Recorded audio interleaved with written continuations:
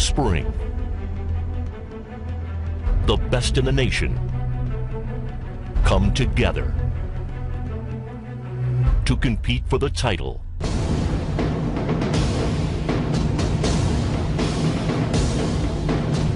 The 2014 U.S. Championships. The 2014 U.S. Championship and U.S. Women's Championship being played at the Chess Club and Scholastic Center of St. Louis. Hi folks, John Cordisco back again.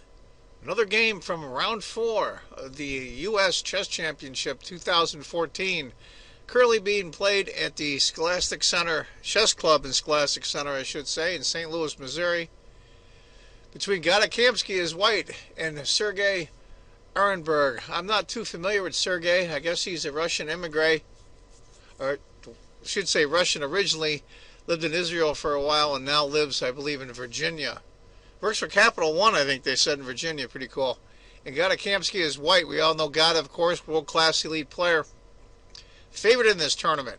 And Lenderman's playing really well, so Gada, he's got to get it together here. He's got to win in order to catch up and keep up with Alex Lenderman so he doesn't lose his U.S. Championship crown. Anyway, folks, it's unusual lines. It has no... I think it's a Tromponsky. I can never say that right. C6, knight f3, queen b6, pawn, bishop f5.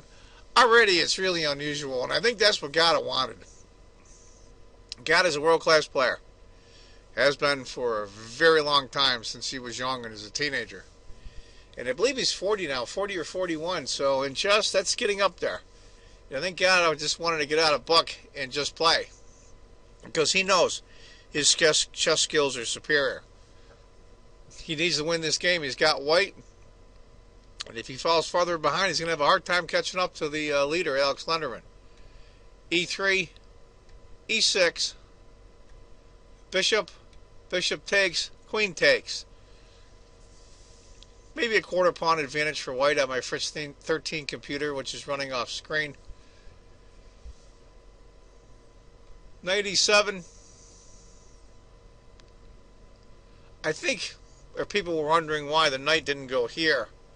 So that's a natural square for, because I think after bishop takes, pawn takes, and that really screws up black's pawns tremendously. I think knight to e7 stops that. c4, then the knight up there. That was his goal to begin with. Chase that knight off. Now I should say the bishop. Now the bishop really has nowhere to go. Knight to d7. Knight. And he does take the knight, and the h-pawn takes. For all of you beginners out there, white didn't take with the f-pawn. You want to, when they call pawn islands, they're a series of pawns that aren't connected to each other.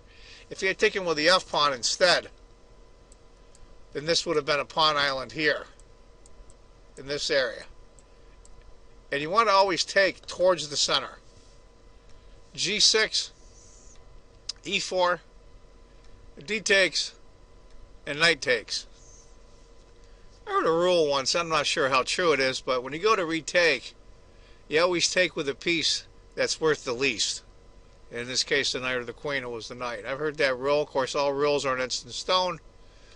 Black castle's long, which is interesting, because I wouldn't have thought of that. But to tell you the truth, that's one of the computer top 2 choices. And the white castles. Overall castle, both sides. Just out of curiosity, if those of you are wondering if white had castle long, f5, then after knight to c3, e5. And that's a little bit of an advantage for black.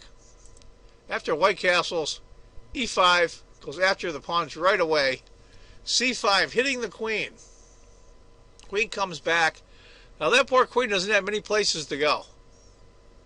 It's kind of hemmed in there, which of course we all know breaks the effectiveness of the queen is much diminished when it's cornered like that. Queen to c3. But believe it or not, even still with that queen in a bad spot, according to the computer, white has about, or excuse me, black has about a third of a pawn advantage. f5. Knight to d6, check. Forcing the bishop to take.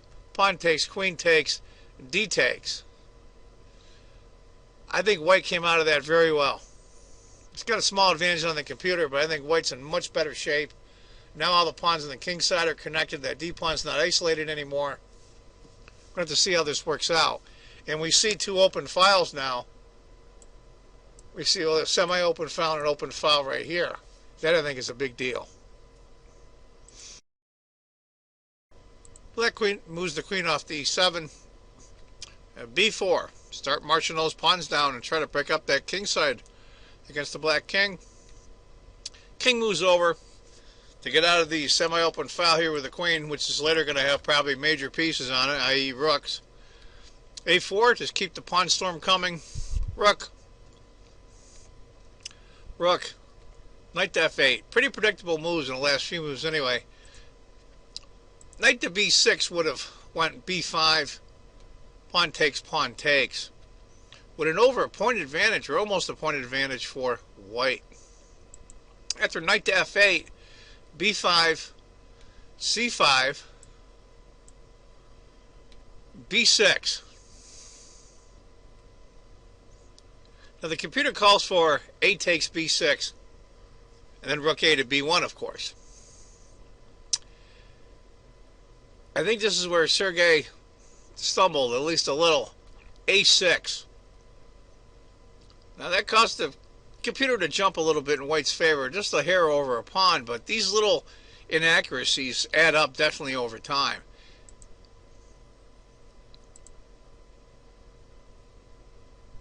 a6. If pawn had taken instead, rook to b1, queen c7. Half a point advantage for white.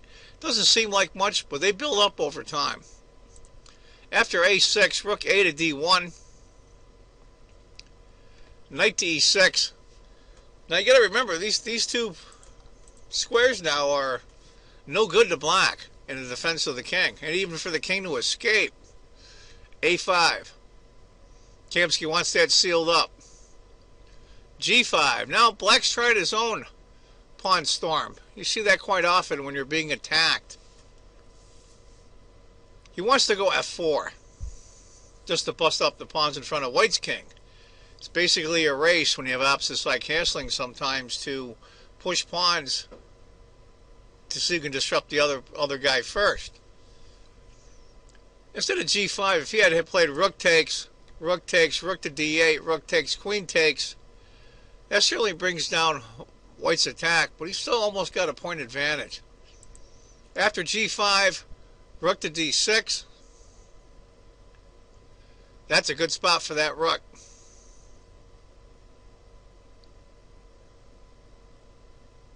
h5,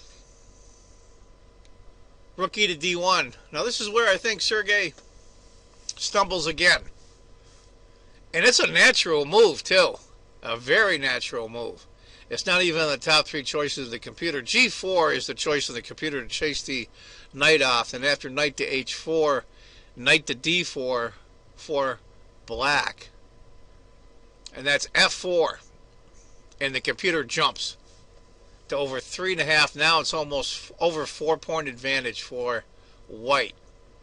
If he had gone g4 instead, after rook takes, knight takes, he's not great, but he's a lot better than f4. Got it, jumps on it right away. Looks like a small move, but that's a big move there. Queen to c4. King to c8. I mean, you got to move the king out into danger. That's how much trouble you're in.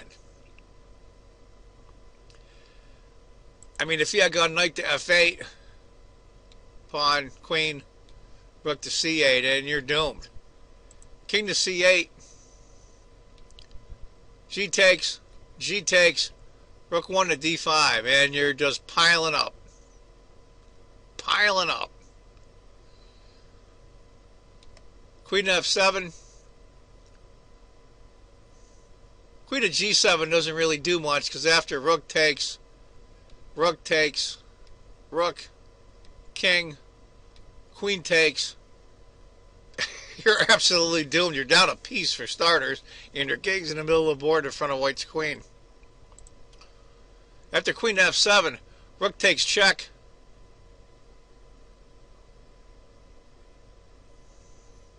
Rook to c7.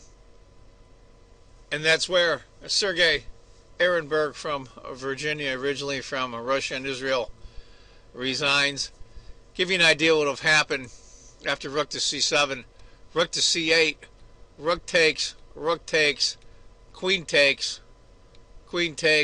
rook takes. And you're down a full piece and a pawn, and your king stuck in the corner. Game's over. Well, Gata pulled out the one he needed. I think he saw probably halfway through this game that Lenderman was winning. So he just had to press hard. And unfortunately, Sergei buckled under the pressure. Oh, well, it happens. Well, that's another game from round 4 of the U.S. Chess Championship 2014. I hope you enjoyed it.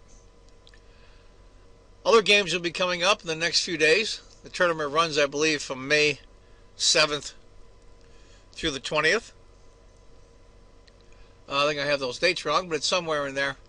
Anyway, folks, I want you to remember, if you think chess is just a game, you're not playing it right. And please subscribe. I would appreciate it. Take care, folks. Bye-bye. Oh, we've gone bananas for Big Banana in crayon. You'll learn to write a lot of ways. Oh, we've gone bananas for Big Banana in crayon. The colors are so bright and gay. Oh, you can learn to color, write smooth lines or fat. Draw a banana and give it a hat. Okay, bunch, you'll go bananas for Big Banana in crayon.